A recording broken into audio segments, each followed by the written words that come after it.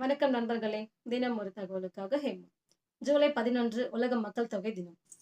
பெருகி வரும் மக்கள் தொகையால் நம்ம என்னென்ன பிரச்சனைகள் எதிர்கொள்ள வேண்டியிருக்குன்னு பார்க்கலாம். உலக மக்கள் தொகை தினம் 1989ஆம் ஆண்டு ஐக்கிய நாடுகள் சபையில் அறிவிக்கப்பட்டது. ஒவ்வொரு ஆண்டும் ஜூலை 11ஆம் தேதி உலக மக்கள் தொகை தினம் கடைபிடிக்கப்படுகின்றது. 1987ஆம் ஆண்டு மக்கள் தொகை 500 கோடி எட்டியதை நினைவுபடுத்தும் விதமாக இந்நாளை ஐநா உருவாக்கியது.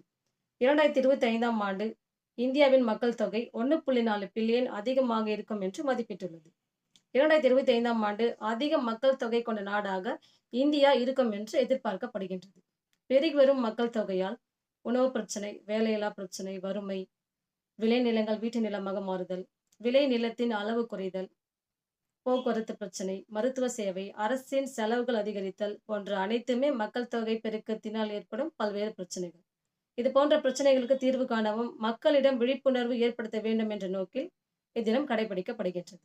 அடுத்த ஆண்டு 16வது மக்கள் தொகை கணக்கெடுப்பு நடத்த மத்திய அரசு அறிவிப்பு வெளியிட்டுள்ளது. இக்கணக்கெடுப்பில் 34 லட்சம் பேர் ஈடுபட உள்ளனர். நன்றி.